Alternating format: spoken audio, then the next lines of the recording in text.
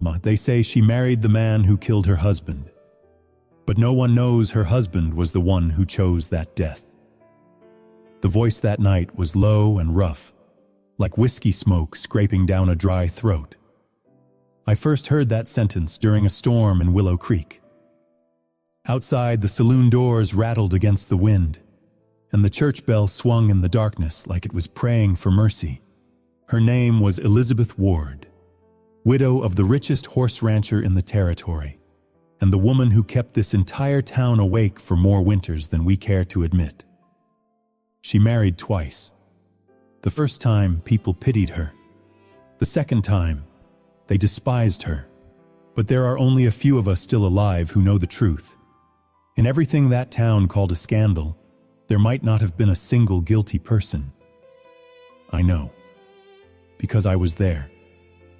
Back then, Willow Creek was nothing more than a smear of dust on the map. One main street cutting through town, saloon on one side, blacksmith on the other, a general store that always smelled like flour and old rope, and a lonely white church trembling on a hill. At night, the only sounds were wind slipping through loose boards and the old piano in my saloon trying its best to drown out the coarse laughter of cowhands. And then one rumor hit town, and suddenly everyone woke up. "You here yet, Sam?"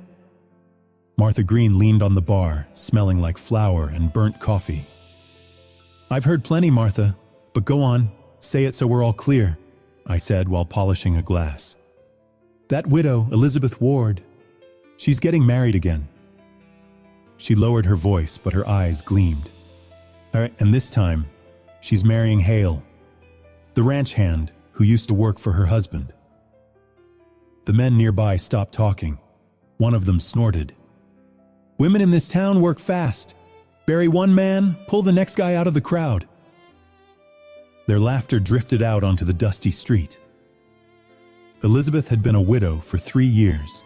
John Ward, owner of the biggest horse ranch in the territory, died in a barn fire on a bitter winter night. Folks called it an accident. Old barn, dry hay, oil lamp too close to the beams. One spark, one hard wind, and the whole place went up like a funeral pyre. But it wasn't the fire people remembered. It was the 2 years after, when Elizabeth wore black every single day, went to church every Sunday, never smiled, never lifted her eyes off the ground. And then, in year 3, townsfolk noticed her lingering by the church fence, talking to Thomas Hale. Every evening, Hale came into my saloon, ordered whiskey, sat in the darkest corner, barely spoke, his eyes always fixed on something beyond the window, toward the dusty horizon. A scar ran down his right hand. Deep and jagged like a blade had kissed bone.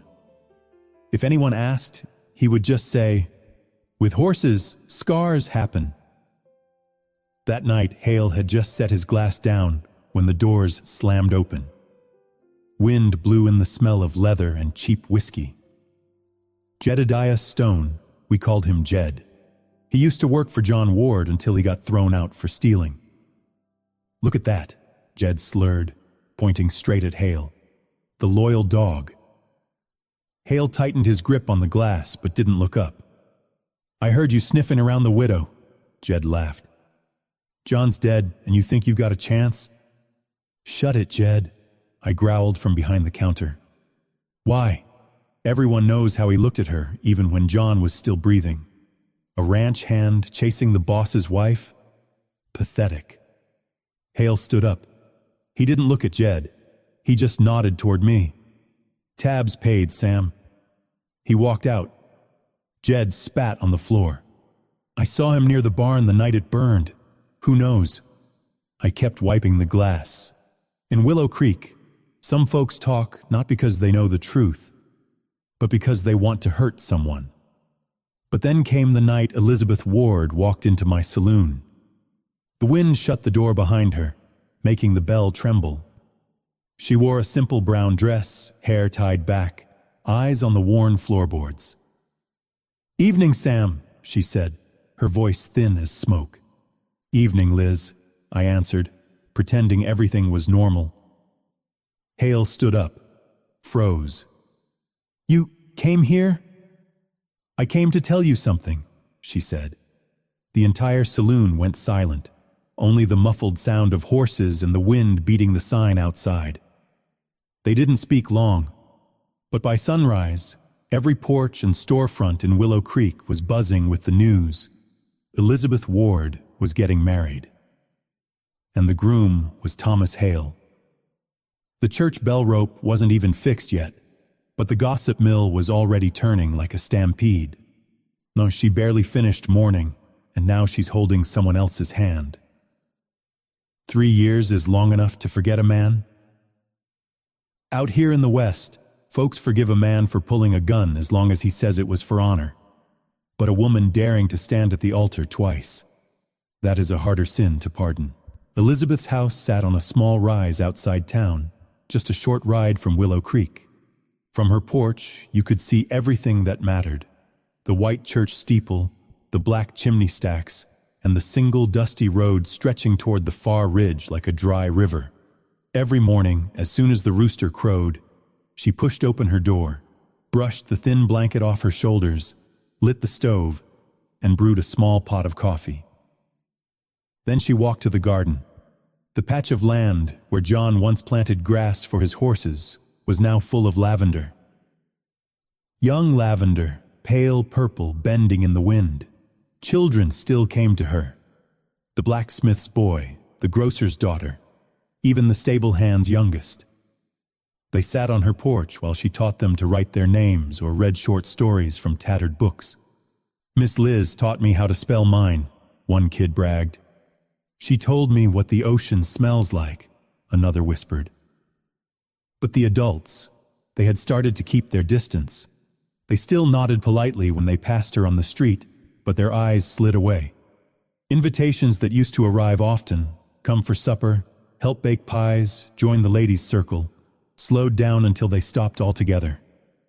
In their place came half-muttered comments when she turned her back. "A pretty widow. Hearts get restless. John isn't even cold in the ground yet." I never bought into that talk. But every afternoon, while business in my saloon slowed to a crawl, I'd glance out and see the same sight.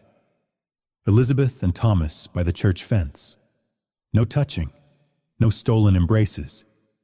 Just standing together, speaking softly, staring at the sunburnt fields beyond town. One evening, storm clouds gathered over the ridge. The wind hit like a slap. I was passing by the church to drop something off for Reverend Collins when I overheard them. Elizabeth's voice shook, but her words were clear.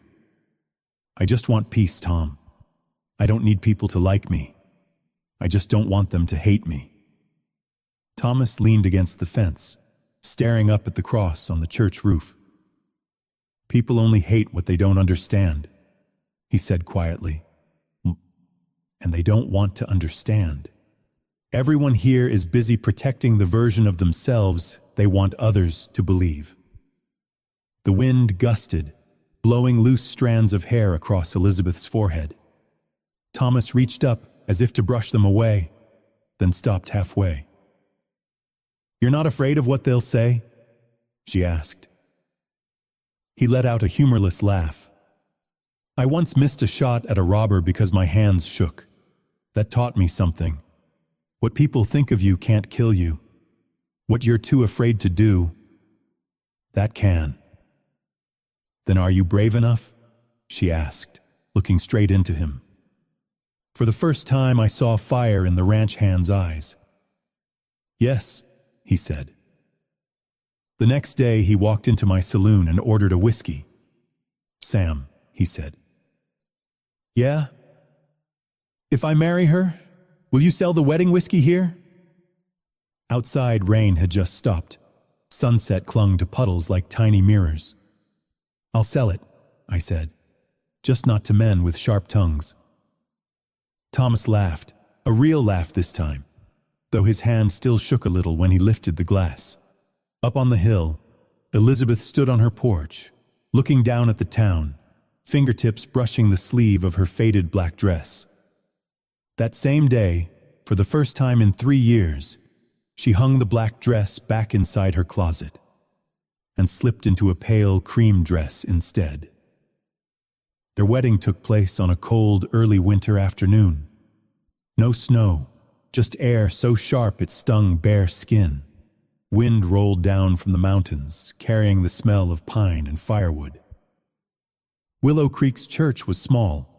White walls, chipped wood door, roof patched more times than anyone remembered. And yet that day, it was full. Not because the town came to bless them. They came to watch. I stood in the back pew, hat pulled low, hands still smelling of whiskey from the bar.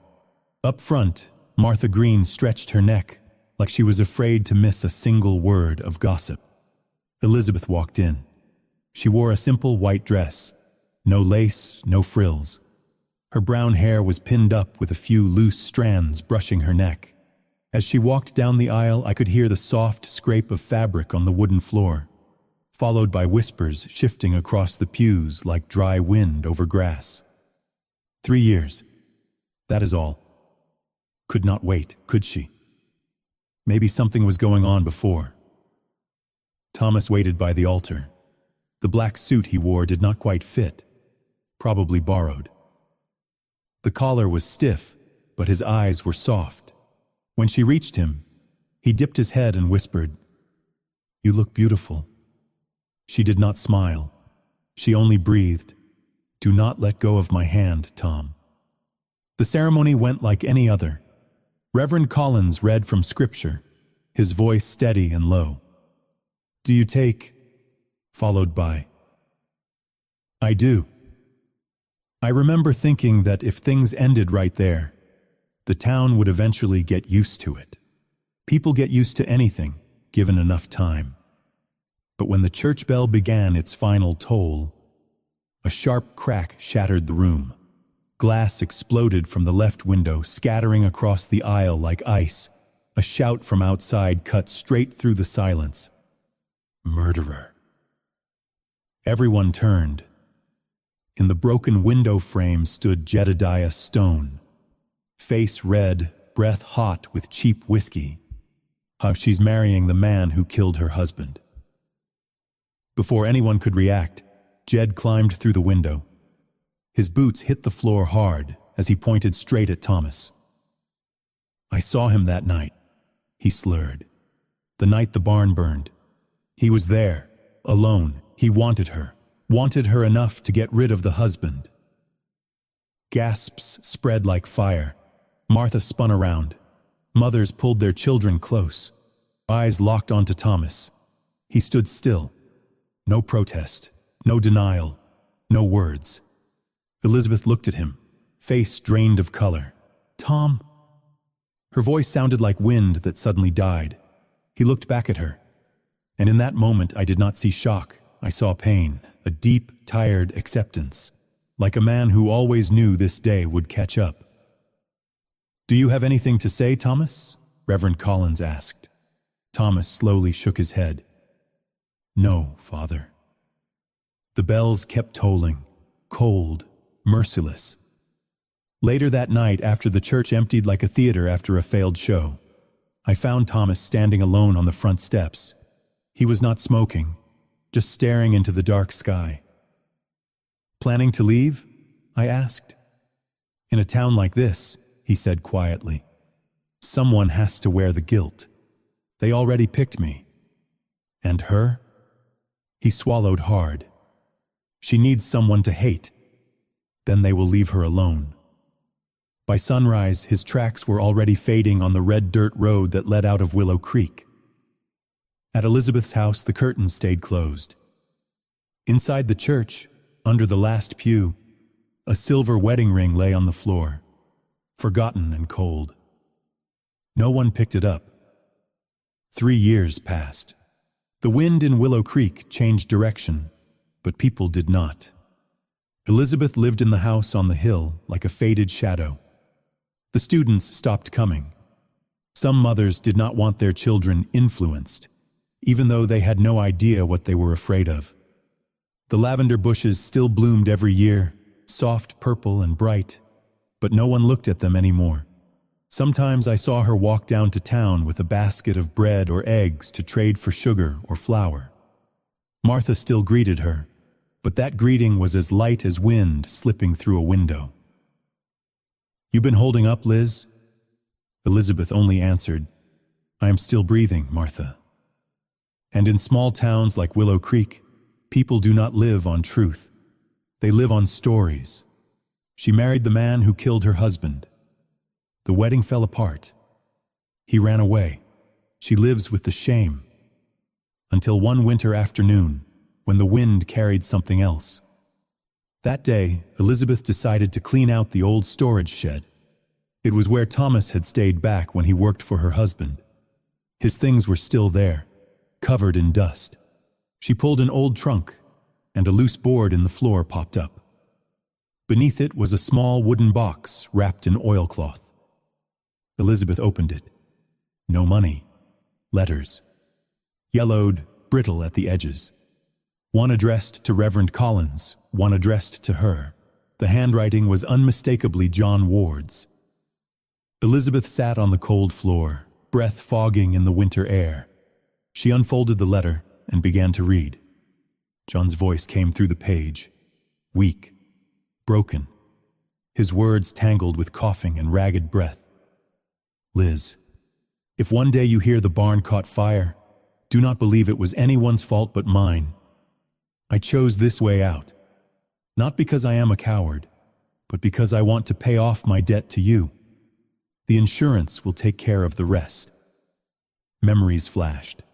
John sitting at his desk, hand shaking, handkerchief spotted with blood, papers scattered on the table, debt notes, an insurance contract. Then another memory. John pressing the wooden box into Thomas's hands.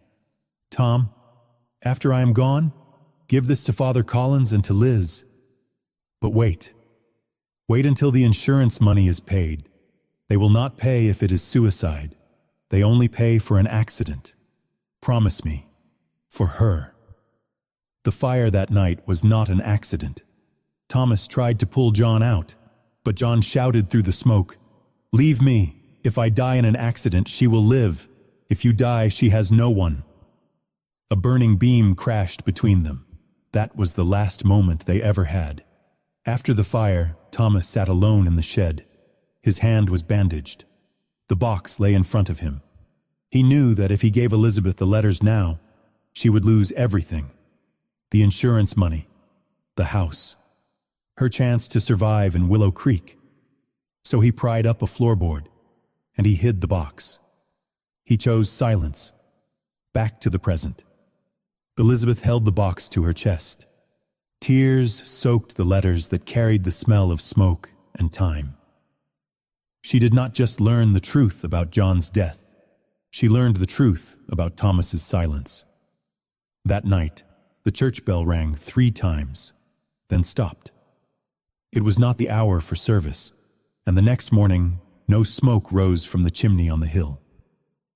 The house stood still, empty, as if everything inside it had never existed. No one knew exactly when Elizabeth left Willow Creek. Only Reverend Collins knew, because he was the only one who found the small note she left on the church altar. "I'm going to find the man who carried a sin that was never his. If God lets me see him again, I will ask why he stayed silent. If not, may God keep him safe, wherever he is." Elizabeth. When I heard the news, all I could do was laugh, quietly. The woman this town called scandalous finally did something most men here never had the courage to do. Go search for her own answers. The road north is long and cold. If you've ever ridden a horse during winter wind, you know how the cold can bite right into your bones. Elizabeth wasn't used to long journeys, but her heart had been exhausted for years already. The rest was just her body catching up. Rumor said Thomas Hale was somewhere near the Montana border, working at a small horse ranch. The only clues were faint whispers. A cowboy with a scar on his hand once worked at a ranch down south. She traded bread for information, traded exhaustion for directions. Finally, one dusk, she reached a small ranch pressed against a mountain with fields stretching out like an old wool blanket. Thin smoke rose from the cabin. Thomas was chopping wood when he heard the horse approaching. He looked up, the axe frozen midway. The woman on horseback wore a dark coat, hat pulled low. But the way she held the reins was unmistakable. "Liz," he whispered, like he didn't trust his own eyes. She slid down from the saddle slowly, legs shaking from the long ride. When she removed her hat, the wind blew her hair loose, carrying the scent of lavender from the scarf around her neck. "Hello, Tom." He stood there, axe still in hand, the split log at his feet. "Why? Why are you here?" "Because there are things you never said," she replied quietly. "And I am tired of living inside other people's stories." They sat later by the fire inside the small cabin. Outside, the wind cut through the cracks, but the fire kept its steady glow. Elizabeth set the wooden box on the table. Thomas stared at it. His face hardened. He knew immediately. "I found it under the floorboards." Her voice trembled. "Why, Tom? Why did you stay silent?" Thomas lifted his hand and unconsciously touched the faint scar along his right arm. "That night, I tried to pull him out." He paused, swallowed. He told her everything. John's shaking hands, the insurance contract, the debts. John pressing the box into Thomas's hands. John knew he was dying. That fire wasn't an accident. Thomas finally met her eyes. His voice was low, full of the broken weight of the West. "Insurance policies don't pay for suicide. They only pay for accidents or murder." Elizabeth went pale. "The night Jed accused me at the church," Thomas continued, "I had two choices. One, tell the truth and clear my name, and you'd lose everything. Two, stay silent." She whispered the end of the sentence for him. "And you chose silence." Thomas's fists tightened. "I would rather let the whole town hate me than let you starve with a clean truth. In Willow Creek, truth does not buy bread, Liz." Elizabeth looked at him for a long time. This man had not tried to be her hero. He had tried to save her life by destroying his own. "You stayed silent to protect a dead man's honor," she said, voice unsteady, "and to save the rest of my life." Thomas stared into the fire. "I lost you." Elizabeth shook her head, and for the first time in years, she smiled. "No. You were just waiting for me to find you." The wind battered the cabin walls. Elizabeth reached out and touched the scar on his hand. He flinched, then stopped. "Does it hurt?" "It used to." His voice softened. "Now, it's just a memory." "Me too," she whispered. "It used to hurt. Now it's just something I remember." That night, they didn't talk about going back. They didn't mention the ruined wedding or make promises. They simply sat by the fire until the sunset vanished and darkness filled the room. And for once, silence didn't feel heavy. Some reunions don't need fireworks. Sometimes all they need is two people, a fire, and the kind of silence that finally stops hurting. Years passed, and Willow Creek changed.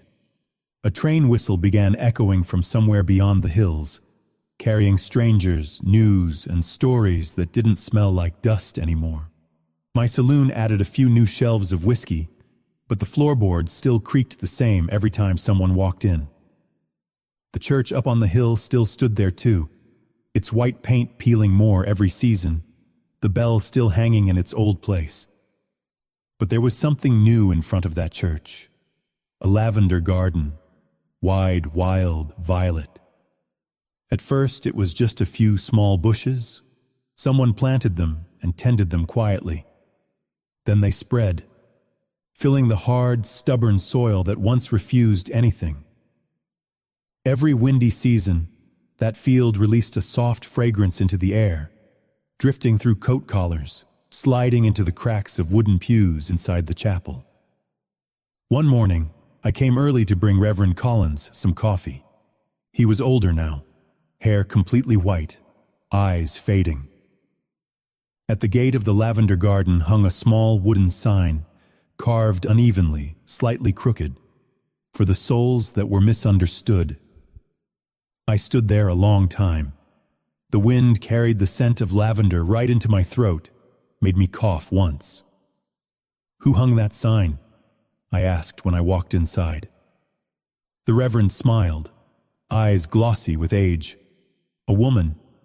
She asked me to hang it before she left." "Did she say anything?" "She said, 'Here, Father, you preach that God doesn't judge through the voices of people.